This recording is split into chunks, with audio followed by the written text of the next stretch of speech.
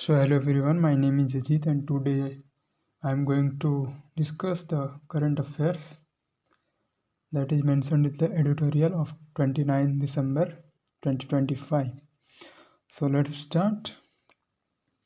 So the heading is SCI's role in cleanup, not in GST on purifiers. There have been occasions when courts in India appear to overstep into the domain of the legislature or the executive.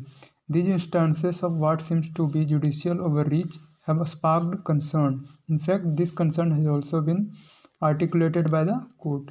However, well intentioned, the court's interventions may be in a constitutional system that enshrines the principle of separation of powers as part of its basic structure.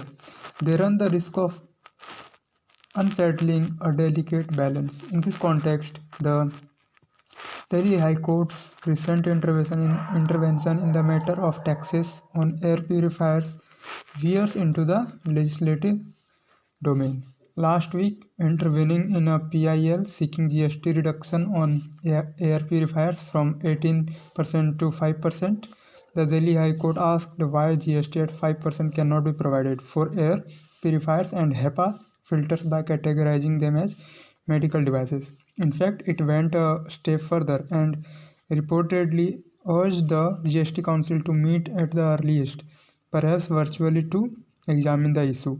There can be no denying that the issue of air pollution is of urgent public importance and the governments at both the center and states need to be nudged to take action. But as the center has also pointed out, by entertaining the petition, the court risks short-circuiting the due legislative process. Decisions regarding the GST rates and slabs are taken by the GST Council, a constitutional body that compromises the center and states.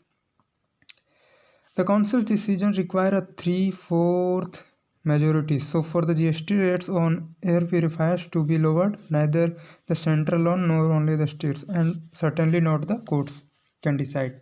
Pollution in India is indeed a public health emergency. The apex court has time and again pushed the executive to accelerate environment reforms. That impetus is need more than ever, and in that context, the court's decision to revisit the Aravali case is very welcome. Lowering taxes on air purifiers may make them more accessible, but that's not